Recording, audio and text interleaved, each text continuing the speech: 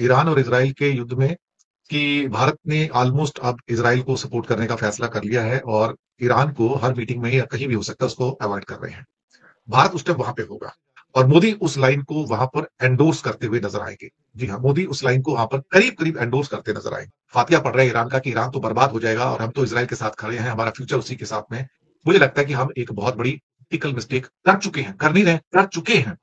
और हमने ईरान का स्पेस वैकेट करके एक तरह से चीन को बड़ा गिफ्ट दे दिया है कि भैया ईरान को तुम संभाल लो, अभी तुम्हारा फिफ्टम है, हमें ईरान की जरूरत नहीं है। रात को जो उसने हमला किया और जो इसराइल की कमर तोड़ी है उसने, खासतौर से हाइफा पे जो उसका अटैक हुआ है, हाइफा की रिफाइनरीज के ऊपर जो अटैक हुआ है और बाकी मकानों पे, तो उससे कल इसराइल भी दहल गया है।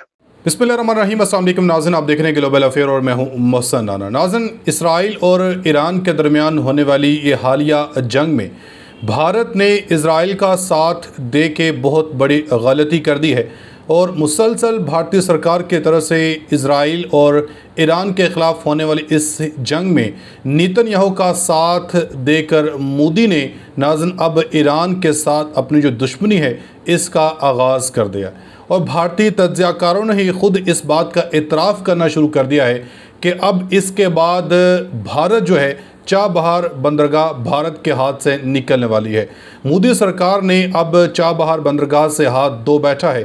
अब चाबहार बंदरगाह जो है ये चीन के कंट्रोल में जाने वाली है, जिससे भारत को, भारतीय सरकार को बहुत बड़ा झटका लगने वाला है। और इस वक्त दुनिया की जो दो बड़ी ताकतें हैं, चीन और रूस, ये नाज़न ईरान का मुकम्मल तौर पे साथ दे रही हैं इसराइल के ख़िलाफ़, जिसके बाद अब ईरान की ताकत में बेपना जो है इजाफा हो चुका है। तो इस वीडियो में नाज़रीन डिटेल से बात करेंगे कैसे अब भारतीय तज्ज़ियाकार चीख के मोदी सरकार को जो है होश के नाखून लेने का मशवरा दे रहे हैं और कह रहे हैं कि अगर अभी भी ये इस नेतन्याहू का या इजराइल का साथ देने से पीछे ना हटे तो फिर भारत की जो है तबाही ये भी अनकरीब होने वाली है। क्योंकि इस वक्त दुनिया की बड़ी ताकतें चीन और रूस ये ईरान के साथ खड़ी हो चुकी हैं और ईरान इस वक्त मुकम्मल तौर पे चीन की हमायत को देखते हुए चीन के साथ या मुकम्मल तौर पे चीन की तरफ जो है ईरान ने अपना जो झुकाव है ये कर लिया है। तो आपसे गुजारिश है वीडियो को अंत तक लाजमी देखिएगा। अगर आप लोगों ने अभी तक हमारे इस यूट्यूब चैनल को सब्सक्राइब नहीं किया तो सब्सक्राइब लाजमी कर दें, साथ में बेल आइकन को दबा दें ताकि हर नई आने वाली वीडियो आप तक आसानी से पहुँचती रहे। नाज़रीन, सबसे पहले ज़रा आप ये भारतीय जो तज्ज़ियाकार हैं इनकी गुफ्तगू सुने, जिससे ये अब खुल के इस बात का इज़हार कर रहे हैं कि चीन और रशिया नाज़न इस हालिया जंग में ईरान का साथ देके ईरान को अपने जो हथियार हैं, अपने जो जहाज़ हैं ये पहुंचाए हैं ताकि इज़राइल को जो है सबक सिखाया जा सके। और इसलिए नाज़न अब इज़राइल का अब तक का बहुत बड़ा नुकसान हुआ है। इज़राइल ये एक्सपेक्ट नहीं कर रहा था कि ईरान की तरफ से इतनी ज़्यादा तबाही हमारी मचाई जाएगी। इसलिए नाज़न अब नेतन्याहू जो है ये ज़ेर ज़मीन बंकर में छुप चुका है। कुछ का तो कहना है कि नेतन्याहू इज़राइल से ही फ़रार हो चुके हैं। आप ज़रा ये भारतीय तज्ज़ियाकारों की गुफ्तगू सुने, उसके बाद फिर बात करते हैं। और जो अच्छे टाइम में कहे कि मैं आपका दोस्त हूं, आपका ऐसा करूंगा वैसा करूंगा, नहीं साहब। ईरान को दुनिया में एक सबसे बड़ा दोस्त मिल गया साहब, सबसे बड़ा दोस्त, नाम है चीन। मुसीबत के टाइम पे जो आपके साथ खड़ा हो वही आपका दोस्त है साहब, दूसरा कोई नहीं। जो उसको शौक लगा है ना, वो ईरान के करेज और रिजॉल्व पे लगा है। आयतुल्लाह खमनई को बंकर में अपनी फैमिली के साथ जाना पड़ा है। बंदर जो उसके बहुत सारे थे, जो पोर्ट्स थे, वो तबाह हुए हैं। इसके साथ ही कई बिल्डिंग्स तबाह हुई हैं। इस बात की कल्पना इजराइल ने नहीं की थी कि जब ईरान की मिसाइल्स आएंगी, भले वो 50 आए या 80 आए या 100 आए, वो हैविली लोडेड मिसाइल्स हैं। अब हैविली लोडेड का मतलब क्या होता है? ये कल्पना इजराइल ने नहीं की थी कि ईरान की जो मिसाइल्स होंगी वो इतनी हैविली लोडेड होंगी। और इसने यूरोपियन देशों को भी चौंका दिया है, ब्रिटेन, फ्रांस को भी चौंकाया है कि भाई ये इतनी हैवी मिसाइल्स कहां से आ रही हैं, इतना बारूद इसके अंदर कहां से आ रहा है। और साथ में अमेरिका शॉक में कि ये हो क्या रहा है और हम रोक क्यों नहीं पा रहे हैं। अगर इजराइल को बाहर से सपोर्ट ना मिले तो इजराइल लंबे टाइम तक सपोर्ट नहीं, अपना सस्टेन नहीं कर सकता है, उसको बाहर से मदद चाहिए होगी। जो इस समय कोहराम मचा हुआ है वो कोहराम इजराइल को परेशान कर रहा है। तो नेतन्याहू तो अपनी फैमिली के साथ पहले छुप गया था और हालात कुछ इस किस्म के हैं कि कुछ तो ये भी कहते हैं कि वो देश छोड़ के चला गया, भाग गया है। ये सब नकली खतरे पैदा किए जा रहे हैं, आर्टिफिशियल खतरे पैदा किए जा रहे हैं कि हमारे एग्जिस्टेंस को खतरा है, हमारे अस्तित्व का खतरा है, इजराइल खत्म हो जाएगा, उसके पास एटम बम आ जाएंगे।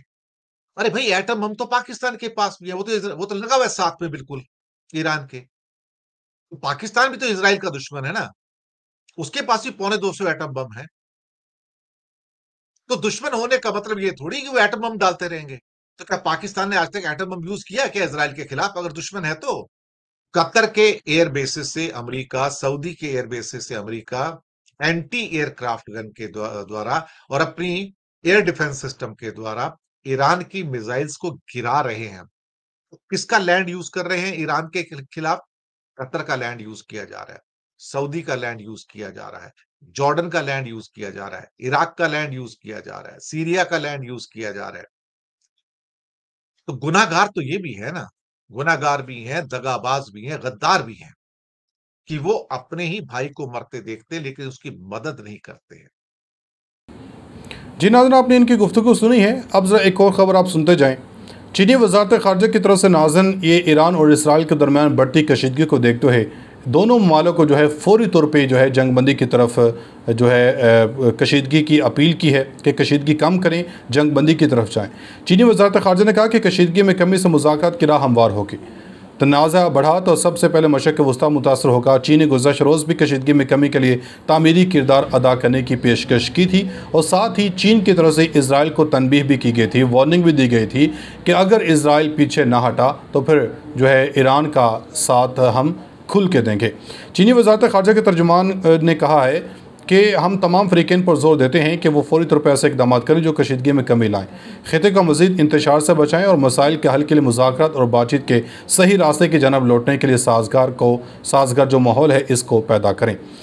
चीनी वज़ारत ख़ारजा के मुताबिक चीन का आला सफारतकार वांग यी ने हफ्ते के रोज़ ईरानी और इसराइली वज़ीर ख़ारजा से अलग अलग फ़ोन पर बात भी की थी, जिसमें इन्होंने वाज़ेह किया कि बीजिंग तेहरान की हमायत जारी रखेगा और खुल के इन्होंने कहा था कि हम ईरान की हमायत जारी रखेंगे और अगर इसराइल ने हमले बंद ना किए तो फिर ईरान के साथ मिल के हमारे जो हमले हैं इसके लिए भी फिर इसराइल तैयार रहे।